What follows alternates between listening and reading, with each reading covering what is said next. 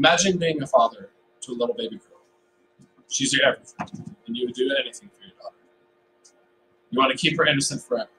You never want to have to talk with her, because in your mind, as soon as she learns the birds and the bees, she'll become curious. So you put it off indefinitely.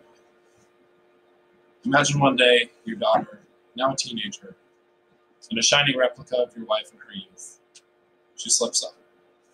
Decided she trusted a cute boy, and with tears in her eyes, she tells you the ugly truth. She's pregnant.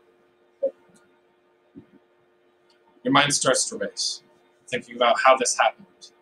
How are you going to live with this? You ask yourself with disappointment, how did you let this happen? You never had to talk with her. The public school system stopped teaching sexual education in their science classes, and in turn, she learned from the wrong people and used it against her. I believe schools should teach sex ed to every student to form responsible young adults, prevent early pregnancies, and possibly save the life of an undeveloped human.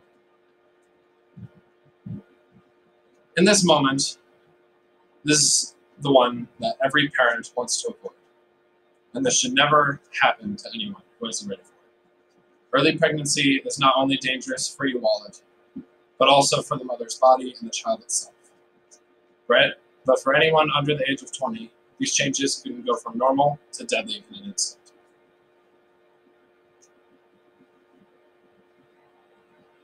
Between the ages of 14 and 20, a woman's hips are adapting to be ready to birth one day by widening out. When the hips are not fully spread, like they should be, the mother and child both can become bound, which is very dangerous if not instantly combated by a C-section surgery. How would you prevent early pregnancy from happening? Easy. Having the dangers explained to the child by someone they trust. Most kids are embarrassed when their own parents begin to talk with their children themselves. But do they understand how helpful it is to learn this from someone you're comfortable with? When it comes to preventing early pregnancy, sex ed is able to teach you how much sex impacts your life, from having a child and the responsibility that brings, to learning about STDs and how they can occur and affect you. When you're told that having sex can permanently ruin your life, it makes you have second thoughts. STDs are diseases that are sexually transmitted from one person to the other. But when a student is told what happens when these are received, you definitely want to stay away from sex. Preventing sexual abuse is a little different. When you think of this, you think of someone beating someone, but really it's more common than anything else. When uneducated on sex and how it works, or how it's supposed to work, you can take serious problems and only think it's normal when it really isn't, which can lead to much worse problems down the line.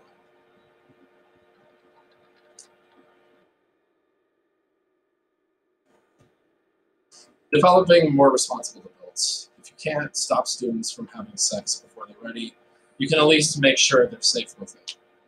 Sex ed teaches about pregnancy prevention techniques, such as condoms and birth control. Many parents don't teach about these because they're scared their kids will start having sex if they're told there are safe ways to have it.